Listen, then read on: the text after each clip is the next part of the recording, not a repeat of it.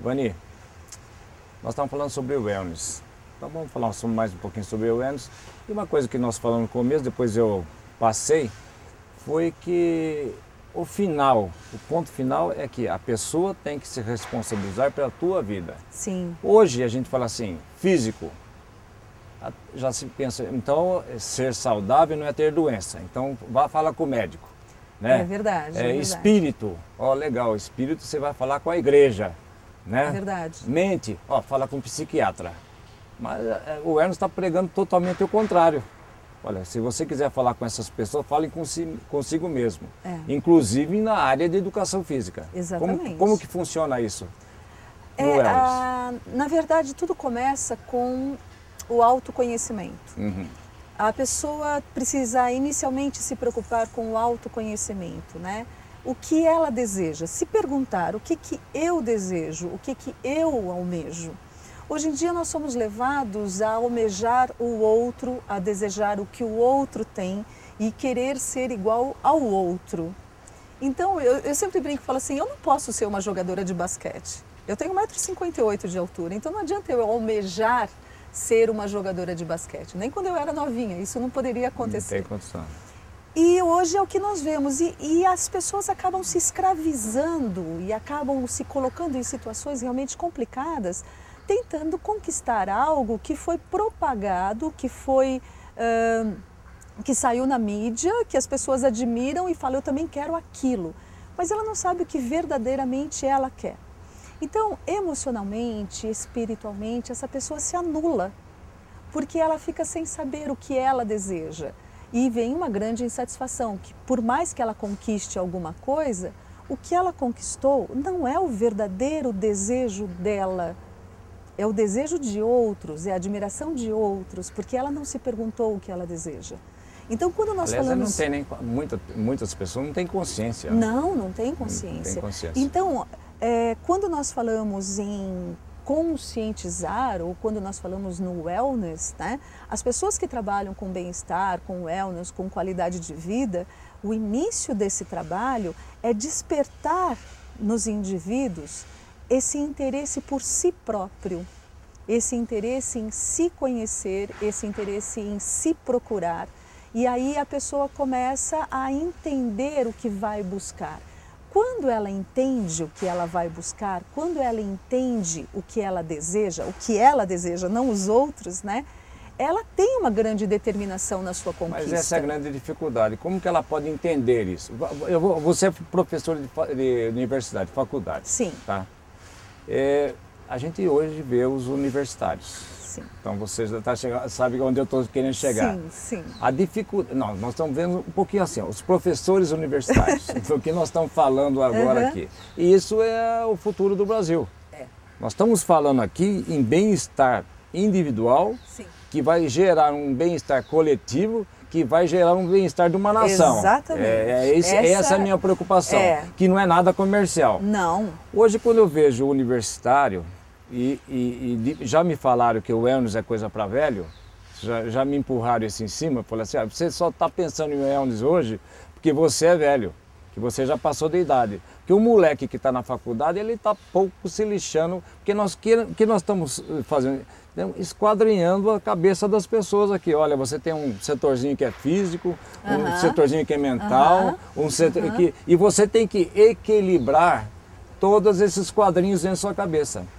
Você, como professor universitário, quando você entra na classe, aliás, esse programa devia passar aí para os alunos, né? Você entra na classe... Os meus alunos assistem. Deve ser uma grande dificuldade, não para nós, para eles entenderem o que a gente está falando aqui. Eu acho que para nós está tudo tranquilo, porque nós estamos estudando isso aí.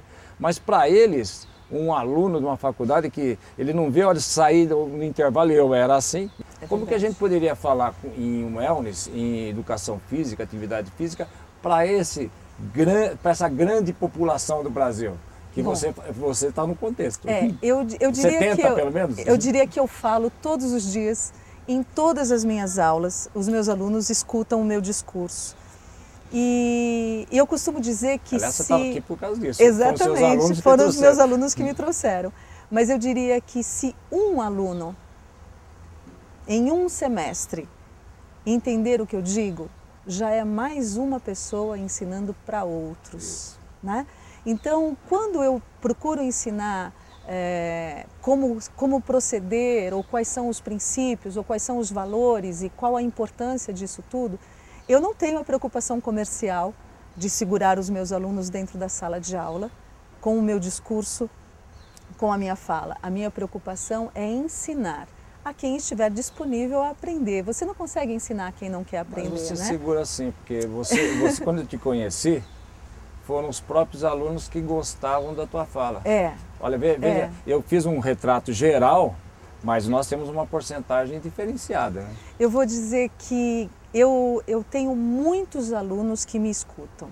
E eu tenho muitos alunos que me escutam porque eles me dão a oportunidade de eu me aprimorar, né? Como eles me escutam, eles me incentivam a estudar e aprimorar e passar esses conhecimentos para eles. Então, quando eu dou uma aula de fisiologia, eu explico a fisiologia, mas eu não deixo de explicar o lado espiritual, emocional, energético, a energia que existe em todo aquele mecanismo fisiológico que eu estou ensinando para eles.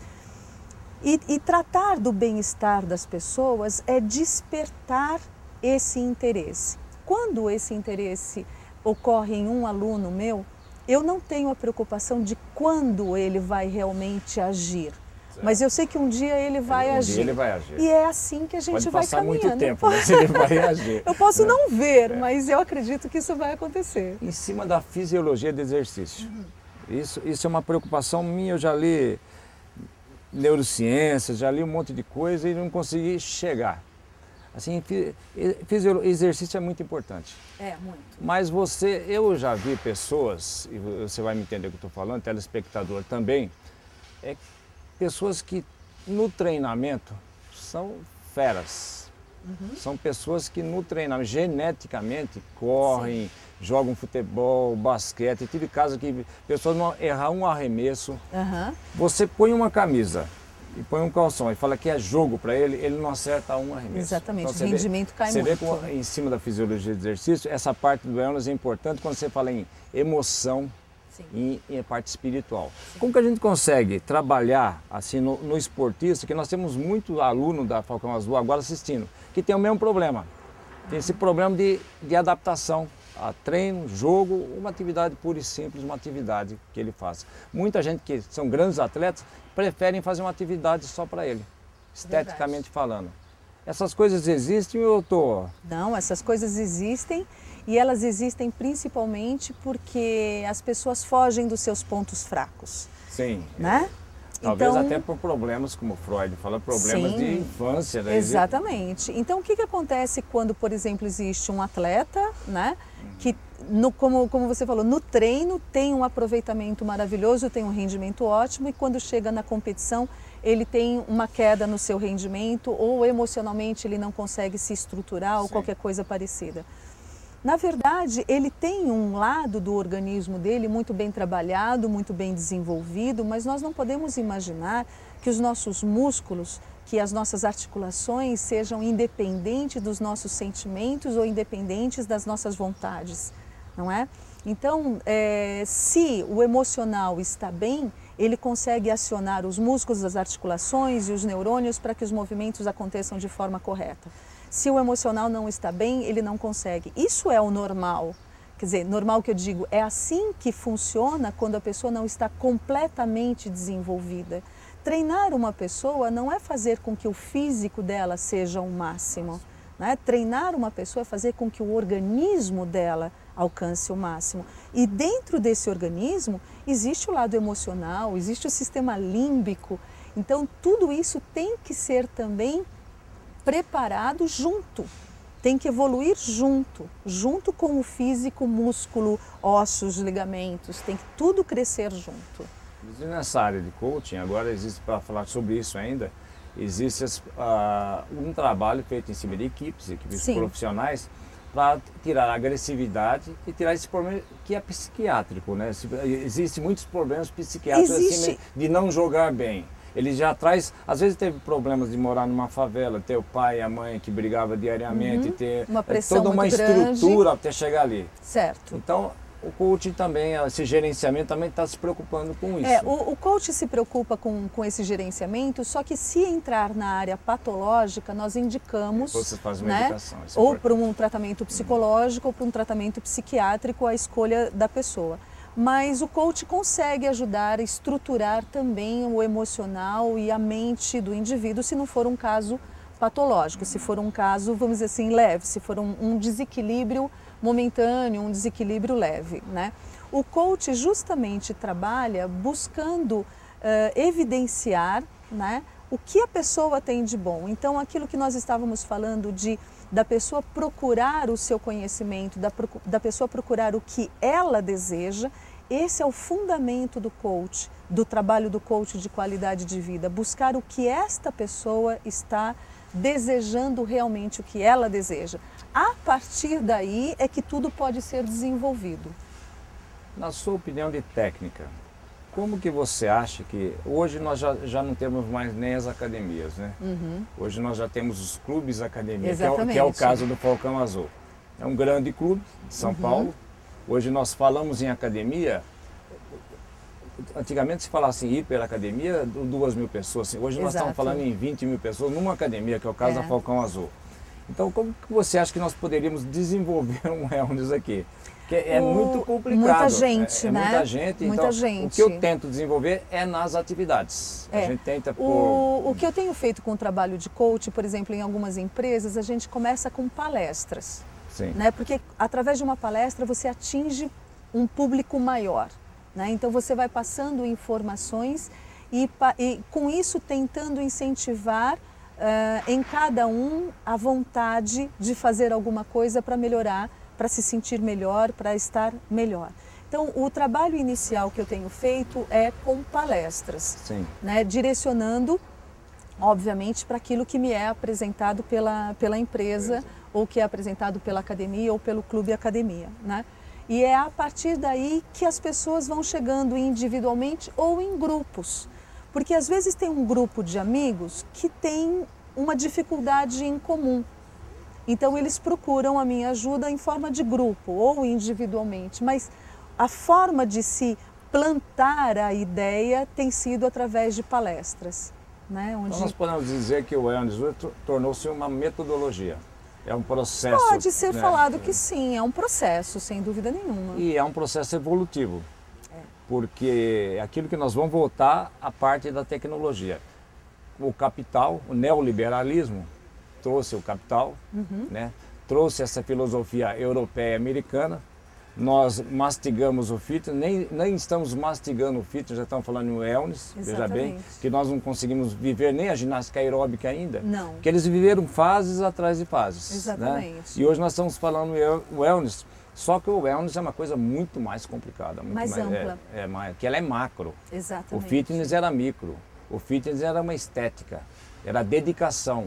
O wellness é o prazer em fazer as coisas. Exatamente. Então nós temos que falar para a pessoa, primeiro, ela ser responsável por si mesma, já é uma dificuldade. Já é uma dificuldade. Né? Nós já falamos, até em universitário, aqui já só para citar um exemplo, já é uma dificuldade. É bem e depois difícil. ela ter atividades prazerosas. Exato. E ela tem que ligar a parte emotiva dela com a parte espiritual. E as pessoas hoje, Vani, se dá mais uma palhinha para nós, as pessoas têm uma dificuldade de identificar o que é emoção, o que é parte emocional, o que é parte espiritual, né? Elas não contatam isso no dia a dia. Quantos anos as pessoas passam sem contactar nenhuma emoção? E durante um tempo, eu me atrevo até a dizer que durante um bom tempo, parecia ser pejorativo dizer que você era uma pessoa religiosa ou que você se preocupava com a parte espiritual. Então, assim, dependendo da filosofia espiritual que você seguisse, você podia ser excluído. Então, às vezes, as pessoas nem falavam. Isso desconectou demais, né? Isso nos afastou demais da nossa intimidade, da nossa interioridade, do nosso desejo, né? Então é difícil retomar porque é difícil tirar as pessoas desse senso comum errado, né? As pessoas acham que se tem comida sobre a mesa, dinheiro no bolso e uma cama para dormir, tá tudo bem. Tá tudo certo. Né? E não se preocupam com mais nada e vão escondendo. Então, aqueles problemas emocionais, a pessoa vai escondendo e se torna uma doença. Esse esconderijo nós vamos ter lá dentro, obesidade, Obesidade, o estresse, depressão. Exatamente. Então esse acúmulo, ele vai, a balança vai desequilibrar, logicamente. E isso aí vai trazer uma morte prematura. Vai. E nós estamos vendo aqui no Brasil muitas mortes prematuras que as pessoas não aliás, estão nos assistindo por esses dois aí, está mais para a igreja do que para o wellness. Né? Eu costumo dizer que o problema não é morrer, o problema é viver mal. Viver mal. Né? Então, todos nós vamos morrer. Né? E se nós vamos morrer prematuramente, que eu chegue até esta idade prematura bem. Se eu vou morrer bem velhinha, que eu chegue até esta idade bem. Então, eu me preocupo como vou viver. E como meus amigos vão viver, como meus filhos vão viver. Como eles vão morrer não cabe a mim, né? Não sou eu que vou decidir isso. Então, eu acho que nós temos que nos colocar no lugar de humanos, né? E não de seres... a obrigação de levar isso na televisão, embora seja um pouco estranho, né? A gente falar em academia, mas é uma pregação. Mas eu acho que sim, eu acho que cabe a nós falarmos sobre isso, né? Dentro de uma academia, você consegue ter graus de amizade muito interessantes, você consegue conhecer pessoas muito interessantes, você consegue ter afinidades e trocar ideias, inclusive sobre espiritualidade. E com o exercício, as pessoas se sentem tão bem que as pessoas se sentem dispostas a isso. Eu acho que o exercício propicia esse tipo de afinidade entre as pessoas, porque fazer esse exercício a gente se sente muito bem, né? E isso abre essa porta, esse caminho. Muito bem. Doutor Ivanir, as pessoas, olha, grandes emissoras, às vezes me encontram e falam assim, puxa, como que vocês conseguem fazer os programas aqui? E a gente, 5 minutos a gente fala sobre isso, a gente se enrola todo, né? E a gente fala assim sobre academia, atividade física, educação física, energia pessoal, estresse, atividade física, fitness, wellness, e a gente tenta, eles falam, é uma verdadeira pregação, mas é mesmo? Que o nosso comercial é o foco azul.